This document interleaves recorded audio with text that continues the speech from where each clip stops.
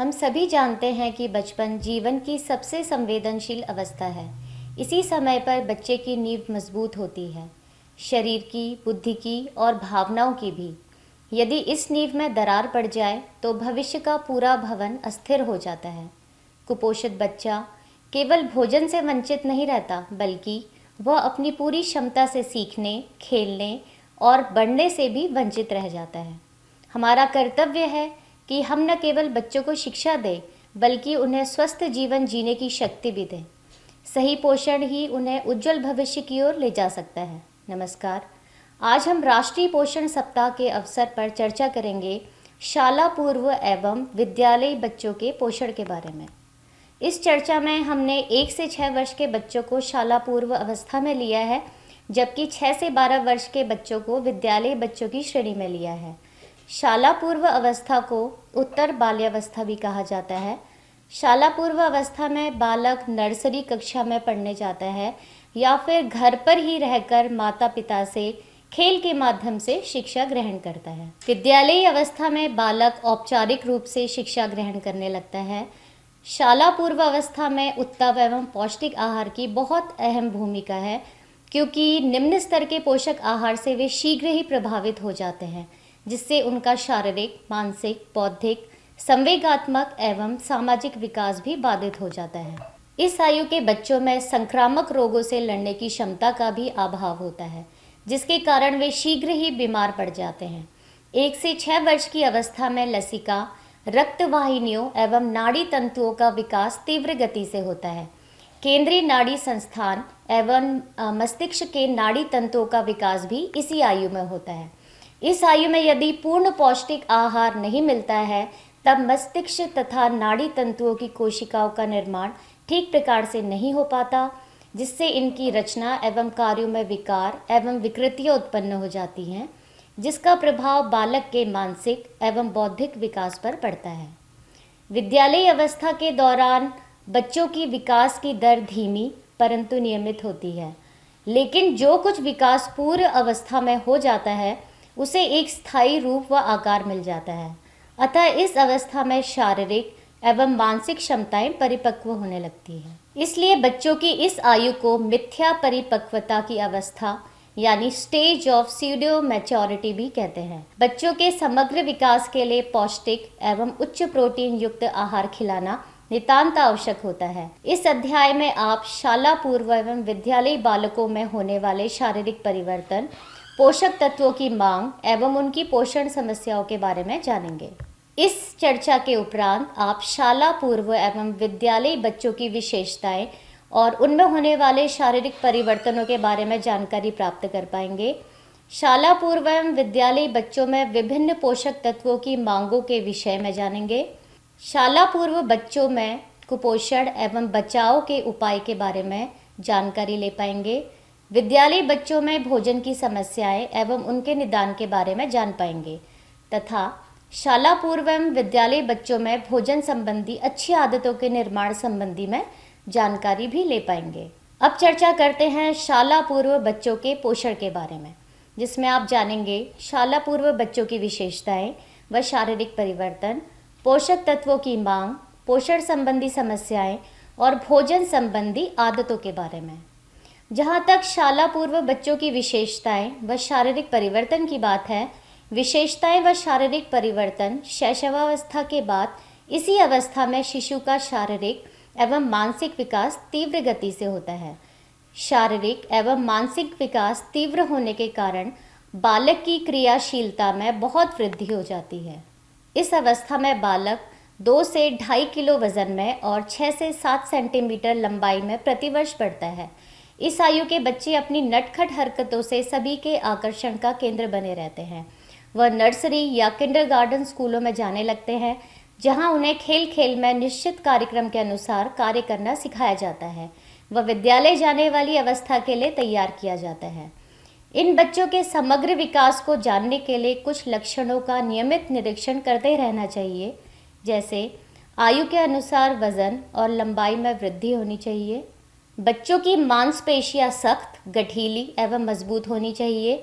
बच्चों के दांत सीधे, चमकदार, मजबूत एवं सामान्य आकृति के होने चाहिए। उनके मसूड़े सख्त, मजबूत एवं गुलाबी रंग के होने चाहिए। बच्चों की त्वचा चिकनी, चमकदार, मुलायम, आकर्षक एवं स्वस्थ होनी चाहिए। बच्चों के बाल घने, काले, चमकदार, मुलायम एवं जीवंत होने चाहिए और ना ही उनमें बाल झड़ने की कोई भी समस्या होनी चाहिए। बच्चे की पाचन क्रिया सही होनी चाहिए। बच्चा संतुष्ट, प्रसन्न, फुर्तीला, चुस्त होना चाहिए।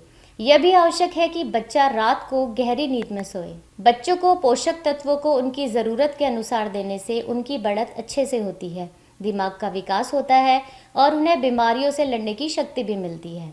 शाला पूर्व बच्चे सक्रिय और ऊर्जावान होते हैं। अपनी वृद्धि और विकास तथा अपनी दैनिक गतिविधियों के लिए उन्हें पर्याप्त मात्रा में ऊर्जा की आवश्यकता होती है। 1 से 3 वर्ष के बच्चों को प्रतिदिन 1060 किलो कैलोरी की आवश्यकता होती है, जबकि 4 से 5 वर्ष के बच्चों के लिए यह मांग बढ़कर 1350 किलो कैलोरी हो जाती है। चीनी, तेल, गुड़, घी आदि ऊर्जा के अच्छे स्रोत हैं, अतः इन्हें बच्चों के आहार में निर्धारित मात्रा में सम्मिलित कर ऊर्जा में भरपूर वृद्धि की जा सकती है। इस आयु में प्रोटीन की दैनिक मांग बढ़ सकती है। बच्चों के आहार में पूर्ण प्रोटीन के स्रोत, जिसमें सभी अमीनो अम्ल विद्यमान हो, सम्मिलित करने चाहिए। प्राणिज स्रोत से प्राप्त भोज्य समूह में जैसे दूध, अंडा, मांस, मछली आदि उच्च कोटि के प्रोटीन विद्यमान होते हैं, अतः इन्हें आहार में अवश्य ही शामिल करना चाहिए। जो बच्चे शाकाहारी हैं उन्हें पर्याप्त मात्रा में दूध पिलाना चाहिए। अगला पोषक तत्व है कैल्शियम, जो अस्थियों को मजबूती, दृढ़ता और परिपक्वता प्रदान करता है। दूध कैल्शियम का प्रमुख स्रोत है, इसलिए इस आयु के बच्चों को दूध और दूध से बने व्यंजन पर्याप्त मात्रा में खिलाने चाहिए। लौह तत्व की कमी से रक्ताल्पता होने का खतरा रहता है, इसलिए बच्चों के आहार में पर्याप्त मात्रा में लौह तत्व भी विद्यमान होना चाहिए। लौह तत्व की पूर्ति हेतु बच्चों के आहार में भरपूर मात्रा में पालक, बथुआ व अन्य हरी पत्तेदार सब्जियां, यकृत, मांस, अंडा इत्यादि को भी शामिल करना चाहिए। यदि इस आयु के बच्चों के आहार में विटामिन ए की कमी होती है तो इसका असर उनकी आँखों पर पड़ता है, जिसे पहले वे रतौंधी के शिकार होते हैं और बाद में पूर्ण अंधता के भी शिकार हो जाते हैं। विटामिन ए की पूर्ति के लिए बच्चों को गाजर, दूध, दूध से बने व्यंजन, पनीर, मक्खन, पीले फल एवं हरी पत्तेदार सब्जियों को ज़रूर खिलाना चाहिए। बच्चों के उत्तम स्वास्थ्य के लिए भी पैराडॉक्सिन, विटामिन B12 और फॉलिक अम्ल भी बहुत ज़रूरी है, अतः बच्चों का आहार नियोजन करते समय इनकी आवश्यकता का भी ध्यान रखना चाहिए। पैराडॉक्सिन साबुत अनाज, चोकर युक्त आटा आदि में भरपूर मात्रा में उपलब्ध रहता है, जबकि यकृत, मांस, मछली, दूध, पनीर, अंडा इत्यादि में विटामिन बी के अच्छे स्रोत होते हैं। जब हम विटामिन सी की बात करते हैं तो विटामिन सी बच्चों में रोग प्रतिरोधक क्षमता को विकसित करता है। यह दांतों, मसूड़ों एवं रक्त वाहिनियों को स्वस्थ भी रखता है। शरीर में लौह लवण के अवशोषण के लिए भी विटामिन सी बहुत आवश्यक है। आहार में विटामिन सी की कमी से बच्चों में स्कर्वी रोग होने का खतरा बहुत बढ़ जाता है। आंवला, अमरूद, संतरा, मौसम्बी, नींबू एवं अन्य खट्टे फल विटामिन सी के अच्छे स्रोत होते हैं। इन्हें बच्चों को अवश्य खिलाना चाहिए। अगला महत्वपूर्ण तत्व है मैग्नीशियम। मैग्नीशियम की कमी से बच्चा बहुत थका हुआ महसूस करता है, उसके मूड में अचानक परिवर्तन होता है, बिना किसी कारण अवसाद का वह शिकार हो जाता है, बच्चे की त्वचा शुष्क हो जाती है, उसके नाखून आसानी से टूट जाते हैं और उसके बाल झड़ने लगते हैं।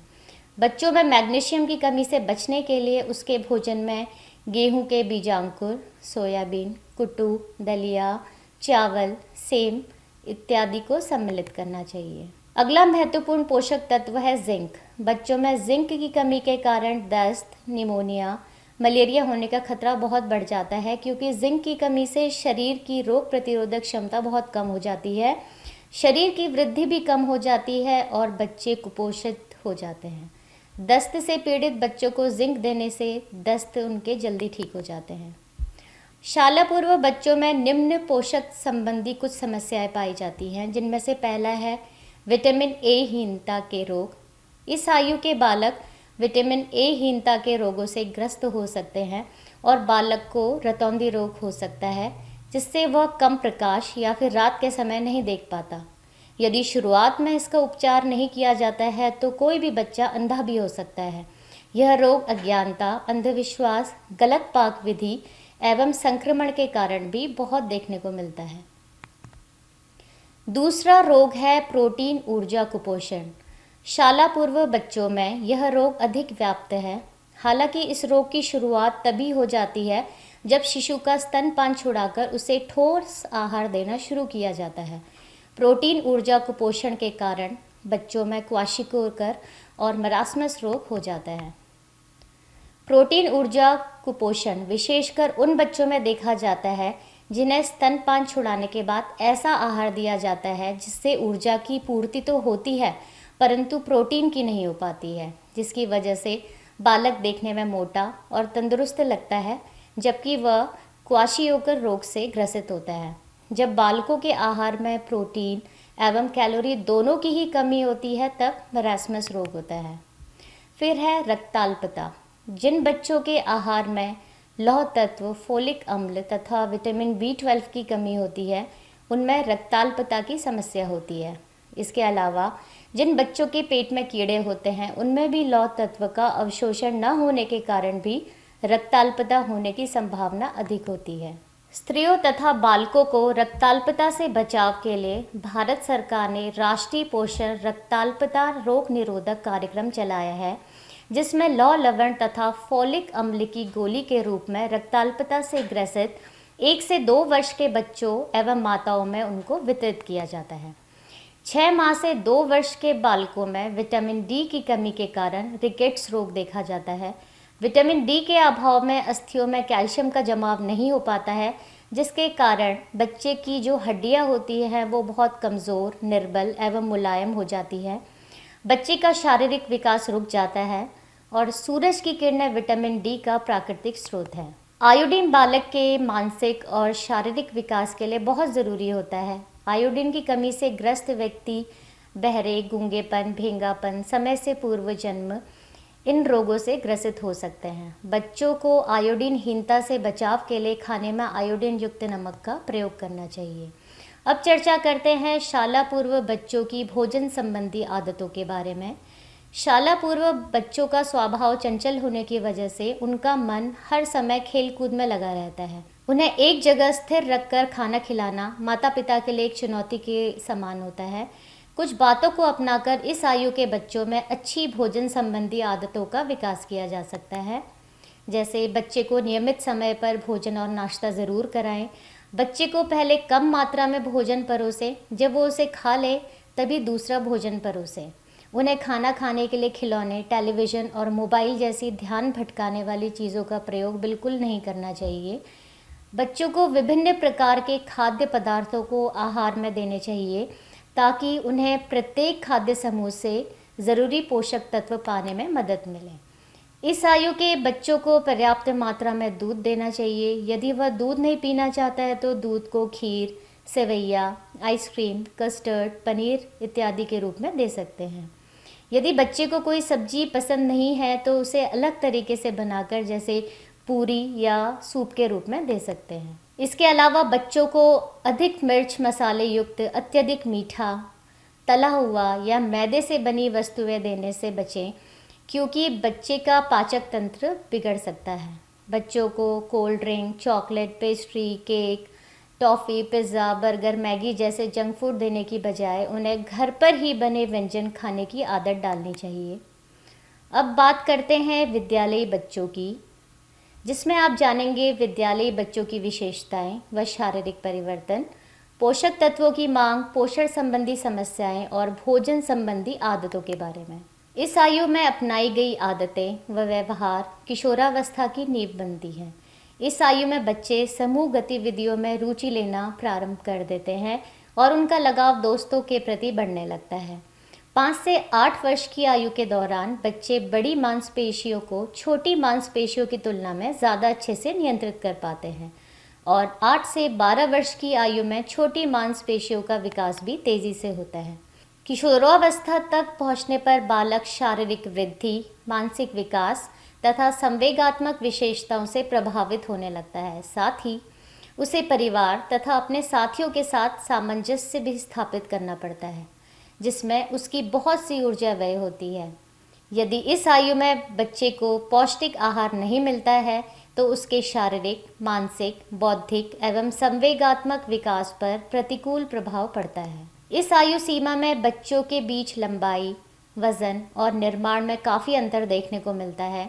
इसका कारण है कि आनुवांशिक पृष्ठभूमि, पोषण और व्यायाम बच्चे के विकास को प्रभावित करते हैं। इस आयु के बच्चों में क्रियाशीलता और आत्मनिर्भरता दोनों ही काफ़ी मात्रा में बढ़ जाती है। वे अपना हर कार्य स्वयं करना चाहते हैं, जैसे नहाना, वस्त्र पहनना, भोजन करना, अपनी वस्तुओं को यथास्थान पर रखना। और ऐसे बच्चे दूसरों का हस्तक्षेप पसंद नहीं करते हैं। विद्यालयी बच्चों में समूह की भावना बहुत ही प्रबल होती है। वे अधिकांश समय अपने दोस्तों के साथ बिताना चाहते हैं, जिसके कारण वे अपने भोजन पर अच्छी तरीके से ध्यान नहीं दे पाते हैं। इस अवस्था के बच्चों में किसी विशेष भोजन के प्रति रुचि बन जाती है और कुछ भोजन को बिल्कुल भी नहीं करना चाहते हैं।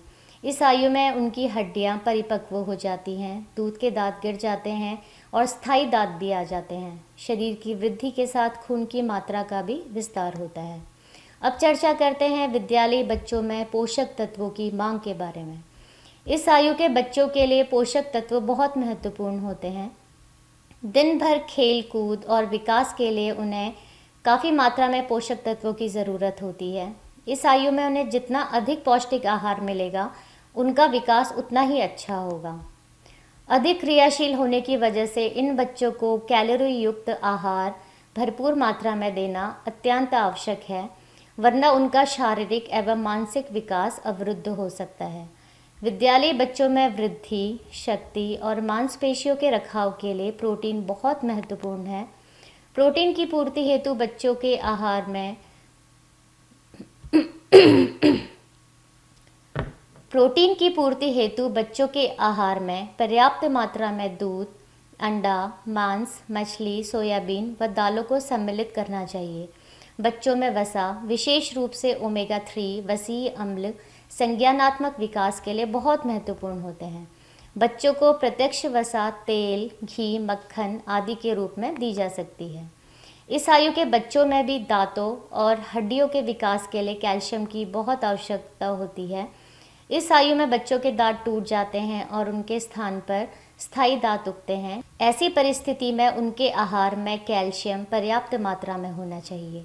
इसलिए इस आयु के बच्चों को दूध एवं दूध से बने उत्पाद अधिक मात्रा में खिलाने चाहिए। लौह लवण की कमी होने पर रक्ताल्पता, थकान और कमजोरी होने लगती है, जिसकी वजह से बच्चे की शारीरिक क्रियाएं और ध्यान केंद्रित करने की क्रिया प्रभावित हो जाती है। इसकी पूर्ति के लिए बच्चों के आहार में साबुत अनाज, फलियां, हरी पत्तेदार सब्जियां जैसे पालक, मेथी, बथुआ इत्यादि को ज़रूर सम्मिलित करना चाहिए। विटामिन ए के लिए बच्चे के आहार में पर्याप्त मात्रा में गाजर, पपीता, आम एवं अन्य जो पीले फल होते हैं उनका समावेश करना चाहिए। इसके अलावा इन बच्चों के आहार में विटामिन बी समूह, विटामिन सी तथा मैग्नीशियम और जिंक भी शामिल करना चाहिए। अब बात करते हैं इन बच्चों की पोषण या भोजन संबंधी समस्याओं के बारे में। जैसे कई कारणों से भोजन से इनकार करना। विद्यालयी बच्चों में अक्सर कुछ खाद्य पदार्थ जैसे खासकर अंडा, दूध और मूंगफली के प्रति एलर्जी देखी जाती है। इसके अलावा कुछ बच्चों में गेहूं में पाए जाने वाला ग्लूटेन और दूध में पाए जाने वाले लैक्टोज शर्करा के प्रति भी असहनीयता देखने को मिलती है। ऐसे बच्चों के आहार में इन भोज्य पदार्थों को पूरी तरीके से हटाना पड़ता है, जो उनके पोषण स्तर को प्रभावित कर सकता है। इस स्थिति में बहुत ज़रूरी है कि बच्चे को जिस खाद्य पदार्थ से बच्चे को एलर्जी हो, डॉक्टर के परामर्श से उसका खाद्य विकल्प उसे दिया जाए। विद्यालयी बच्चों में रक्ताल्पता से बचाव के लिए ज़रूरी है कि उनके आहार में लौह लवण के उत्तम स्रोत जैसे मांस, कलेजी, साबुत अनाज, हरी पत्तेदार सब्जियां इत्यादि सम्मिलित किया जाए। आजकल विद्यालयी बच्चों में मोटापा एक आम समस्या होती जा रही है। जब से हमारी जीवन शैली में टीवी, इंटरनेट, मोबाइल ने अपनी जगह बनाई है, धीरे धीरे यह साधन बच्चों के जीवन में शारीरिक खेलकूद की जगह लेते जा रहे हैं। साथ ही अगर बच्चा जंक फूड जैसे noodles, burger, pizza, cold drink इत्यादि का शौकीन है तो वो बहुत ही कम आयु में मोटापे से ग्रस्त हो जाता है। इस अवस्था में मोटापा वयस्क अवस्था में होने वाली कई बीमारियों जैसे मधुमेह, हृदय रोग, उच्च रक्तचाप का भी कारण बनता है। मोटापे से बचाव के लिए ज़रूरी है कि बच्चों को जंक फूड के स्थान पर घर का बना साफ, स्वच्छ व पौष्टिक भोजन दिया जाए और उन्हें टीवी, इंटरनेट, मोबाइल के साथ अधिक वक्त बिताने की बजाय शारीरिक खेलकूद के लिए प्रेरित किया जाए। इस आयु के बच्चों में एनोरेक्सिया नर्वोसा, बुलिमिया नर्वोसा और बिंज ईटिंग विकार देखने को मिलते हैं।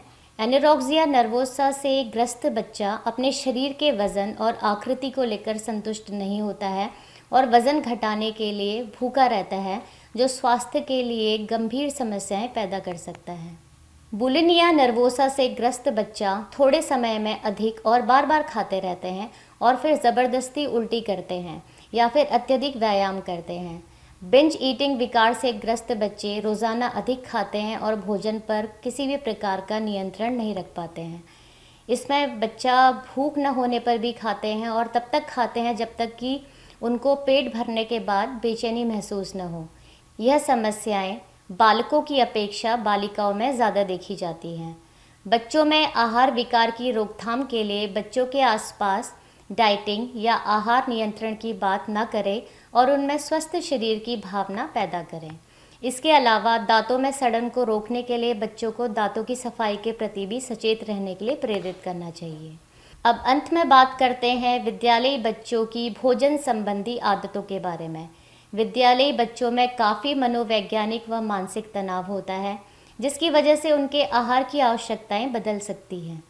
बच्चे को सुबह जल्दी स्कूल जाना होता है, इसलिए सुबह का नाश्ता पूर्ण व पौष्टिक होना चाहिए, जिसे खाने में कम समय लगे।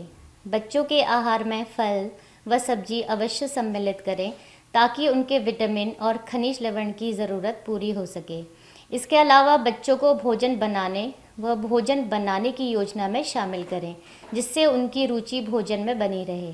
बच्चों को भोजन करने के लिए शांत, मधुर व प्रेम भरा वातावरण दें और उनको परिवार के साथ बैठकर भोजन करने के लिए प्रेरित करें।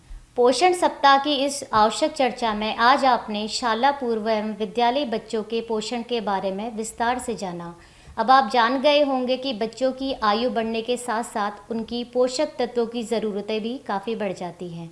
यदि आवश्यकता के अनुसार बच्चों को यह पोषक तत्व नहीं मिल पाते हैं तो उनका शारीरिक, मानसिक, सामाजिक व संवेगात्मक विकास प्रभावित हो सकता है। आशा है कि आप भी अपने घर और समुदाय में बच्चों की पोषण आवश्यकताओं पर ध्यान देंगे और एक स्वस्थ समाज का निर्माण करेंगे। धन्यवाद।